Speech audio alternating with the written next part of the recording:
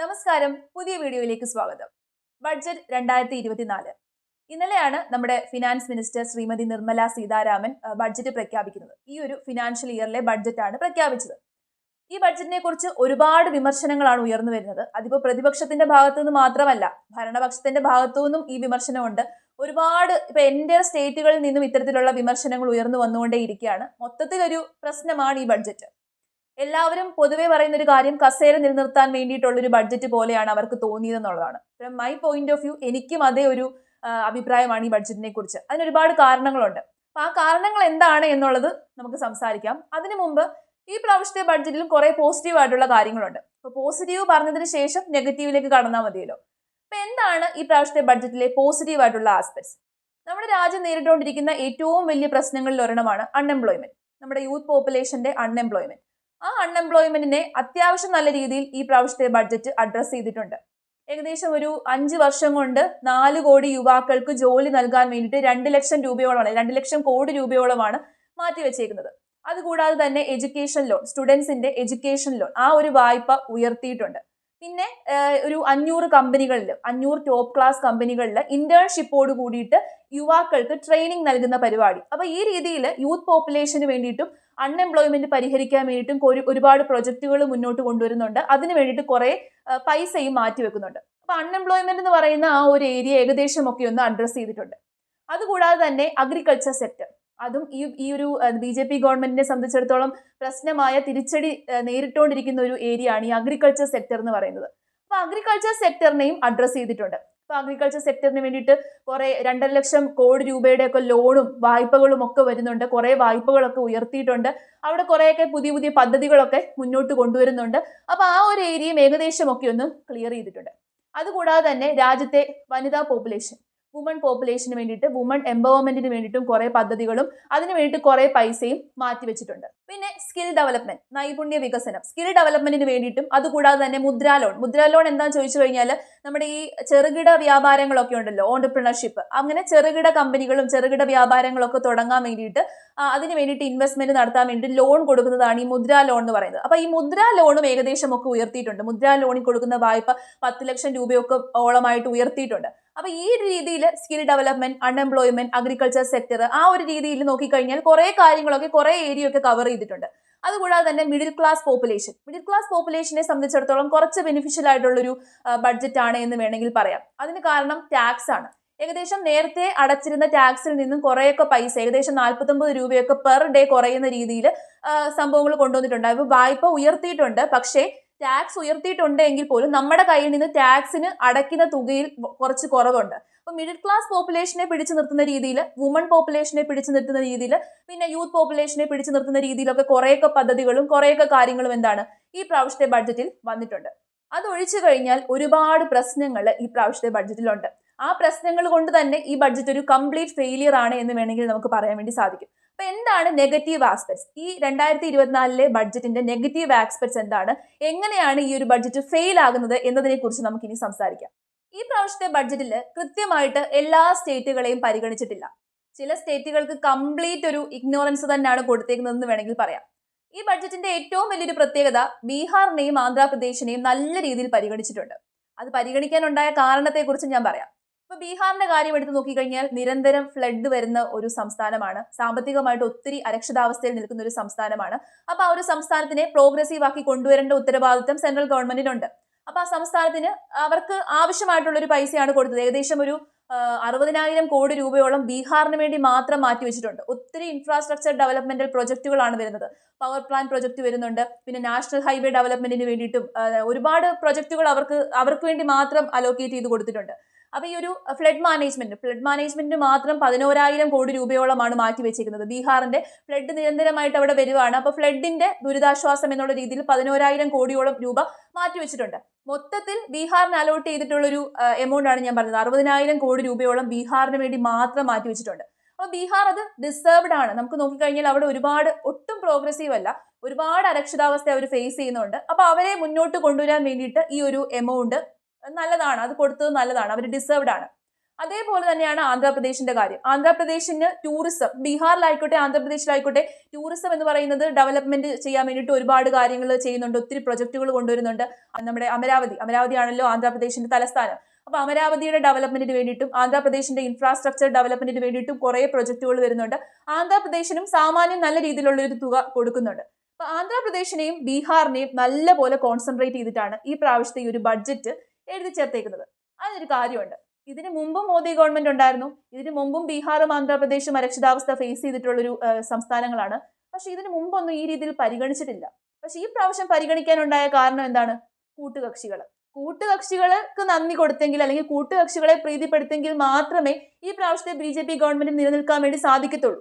അപ്പം ഈ കൂട്ടുകക്ഷികളെ ലക്ഷ്യം വെച്ച് അവർക്കൊരു താങ്ക്സ് ഗിവിംഗ് എന്നുള്ള രീതിയിലാണ് ഇത്രയധികം തുക ബീഹാറിനും ആന്ധ്രാപ്രദേശിനും കൊടുത്തത് എന്ന് വേണമെങ്കിൽ പറയേണ്ടി വരും. കാരണം ഇതിനു മുമ്പും ഈ സംസ്ഥാനങ്ങളെ പരിഗണിച്ചിട്ടില്ല. ഇതിനു മുമ്പ് ഈ സംസ്ഥാനങ്ങൾക്ക് ഇത്രയധികം പ്രാധാന്യം കൊടുത്ത് ഇത്രയധികം തുക മാറ്റിവെച്ചിട്ടില്ല.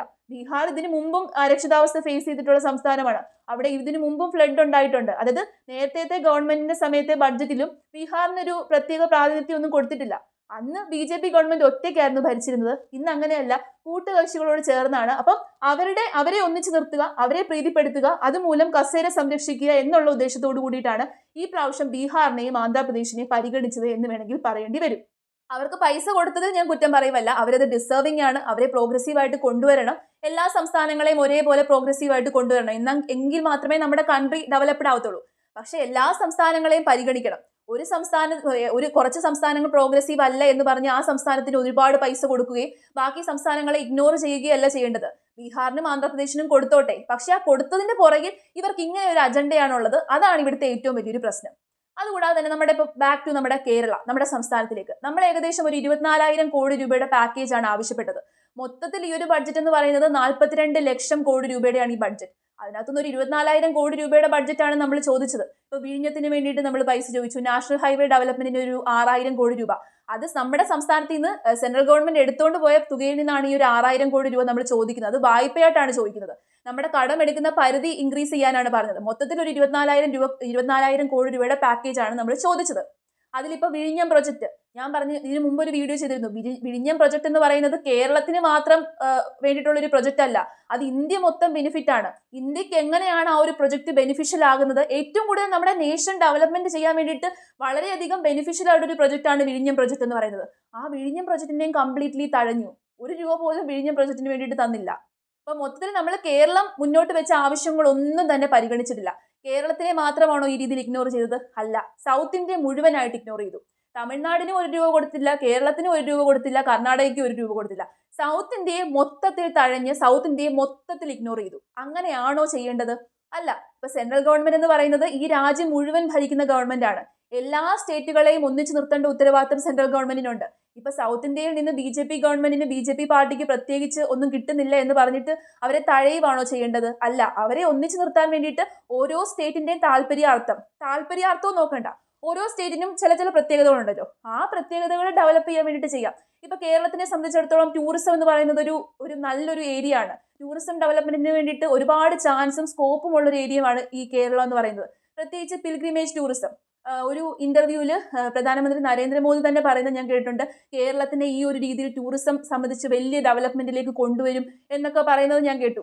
ഒന്നും നൽകിയില്ലല്ലോ, ടൂറിസത്തിന് വേണ്ടിയിട്ട് ഒന്നും മാറ്റി വെച്ചില്ലല്ലോ. അതേപോലെ കേരളവും ഫ്ലഡ് ഫേസ് ചെയ്യുന്ന ഒരു ഏരിയ ആണ്. അടുപ്പിച്ച് 3 വർഷം ഫ്ലഡ് വന്ന എക്സ്പീരിയൻസ് നമുക്ക് ഉണ്ടായിട്ടുണ്ട്. അപ്പോൾ കേരളത്തിനും ഡിസാസ്റ്റർ മാനേജ്മെന്റ് ആ ഒരു മേഖലയിലേക്ക് കുറച്ചെങ്കിലും തുക നൽകിയില്ലല്ലോ.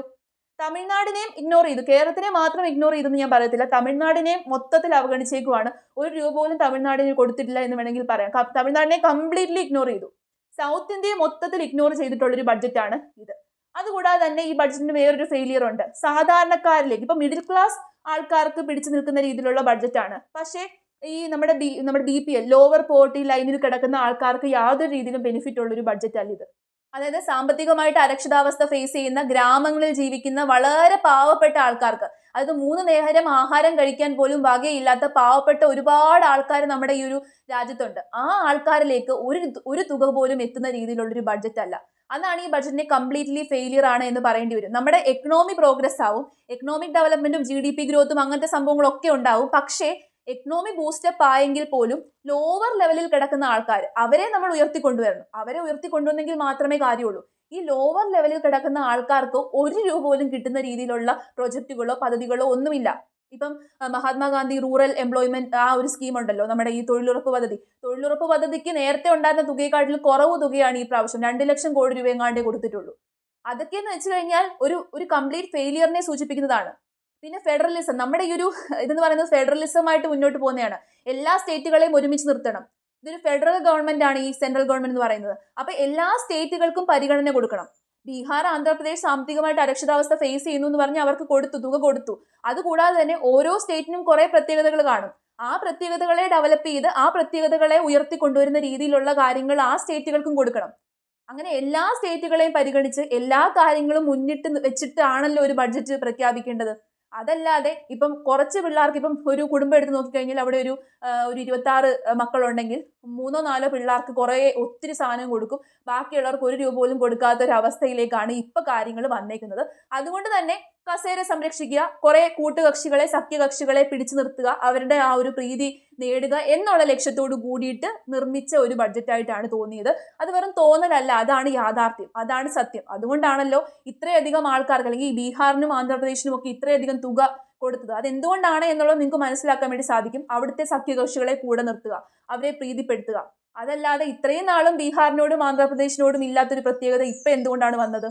നമുക്ക് ചിന്തിച്ചു കഴിഞ്ഞാൽ മനസ്സിലാകും. ഞാൻ ഇവരെയൊന്നും അങ്ങ് അവരെയൊക്കെ വെച്ചാൽ നെഗറ്റീവായിട്ട് അങ്ങ് ചിത്രീകരിക്കുകയല്ല. ഞാൻ അതിനുള്ള ക്വാളിഫിക്കേഷൻ ഒന്നും എനിക്കില്ല. പക്ഷെ നമ്മൾ ചിന്തിച്ചു കഴിഞ്ഞാൽ കുറേ പോരായ്മകളുണ്ട്.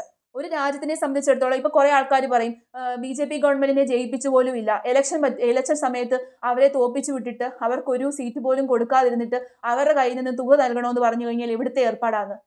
ഇവിടെ BJP ഗവൺമെന്റ് അല്ല തുക നൽകുന്നത്, സെൻട്രൽ ഗവൺമെന്റ് ആണ്. സെൻട്രൽ ഗവൺമെന്റ് എന്ന് പറയുന്നത് ഈ നേഷനെ മുഴുവൻ ഭരിക്കുന്ന ഗവൺമെന്റ് ആണ്. അതായത് നമ്മുടെ ഇപ്പൊ അച്ഛനും അമ്മയും, നമ്മുടെ പ്രൊവൈഡേഴ്സ് എന്ന് വേണമെങ്കിൽ പറയാം. അതായത് നമ്മളെ നോക്കുന്ന, നമ്മളെ പരിപാലിക്കുന്നത് അവരാണ്. അപ്പൊ എല്ലാവർക്കും ഈക്വൽ ആയിട്ട് വേണം അവിടെ കൊടുക്കാൻ. ഇപ്പം നമ്മൾ കേരളം എന്ന് പറയുന്നത് കുറെ രീതിയിൽ പ്രോഗ്രസീവായിട്ട് നിൽക്കുന്ന ഒരു സൊസൈറ്റിയാണ് കേരള എന്ന് പറയുന്നത്. തമിഴ്നാടും ഏകദേശം പ്രോഗ്രസീവായിട്ട് നിൽപ്പുണ്ട്. പക്ഷെ പ്രോഗ്രസീവായിട്ട് നിൽക്കുന്നു എന്ന് പറഞ്ഞുകൊണ്ട് നമ്മളെ ഇഗ്നോർ ചെയ്യണോ? നമ്മൾക്കും ആവശ്യങ്ങളുണ്ട്, നമ്മൾക്കും കുറെ കാര്യങ്ങൾ ഇനിയും ഉയർന്നു വരാനുണ്ട്. ആ ആവശ്യങ്ങളൊക്കെ പരിഗണിക്കണ്ടേ? ജെനുവിൻ ആയിട്ടുള്ള ആവശ്യങ്ങൾ പരിഗണിക്കണ്ടേ? നമ്മൾ അത്യാവശ്യം ജെനുവിൻ ആയിട്ടുള്ള കാര്യങ്ങളാണ് മുന്നോട്ട് വെച്ചത്. അതായത് ഒരുപാട് അമിതമായിട്ടുള്ള ആവശ്യങ്ങളൊന്നും നമ്മൾ മുന്നോട്ട് വെച്ചിട്ടില്ല. പക്ഷെ മുന്നോട്ട് വെച്ചതിൽ കുറച്ചെങ്കിലും പരിഗണിക്കണമായിരുന്നു. ഇപ്പൊ നമ്മുടെ ബഹുമാനപ്പെട്ട MP സുരേഷ് ഗോപി സാർ, അദ്ദേഹം പറയുന്നത് കേട്ടു, ഫിഷറീസ് കൊണ്ട് ബെനിഫിറ്റ് ഇല്ലേ കേരളത്തിന്, കേരളത്തിൽ പെണ്ണുങ്ങളില്ലേ? അഫ്കോഴ്സ് ഞാൻ ആദ്യം പറഞ്ഞ പോസിറ്റീവായിട്ടുള്ള കാര്യങ്ങൾ, ആ പോസിറ്റീവായിട്ടുള്ള കാര്യങ്ങൾ എല്ലാ സ്റ്റേറ്റുകൾക്കും ഒരുപോലെ കിട്ടുന്നതാണ്. ഇപ്പൊ കേരളത്തിനും ഇപ്പൊ നമ്മുടെ ആ ഒരു എംപ്ലോയ്മെന്റ് സ്കീമും ലോണുകളും അങ്ങനത്തെ കാര്യങ്ങളൊക്കെ കേരളത്തിലെ ജനങ്ങൾക്കും കിട്ടും.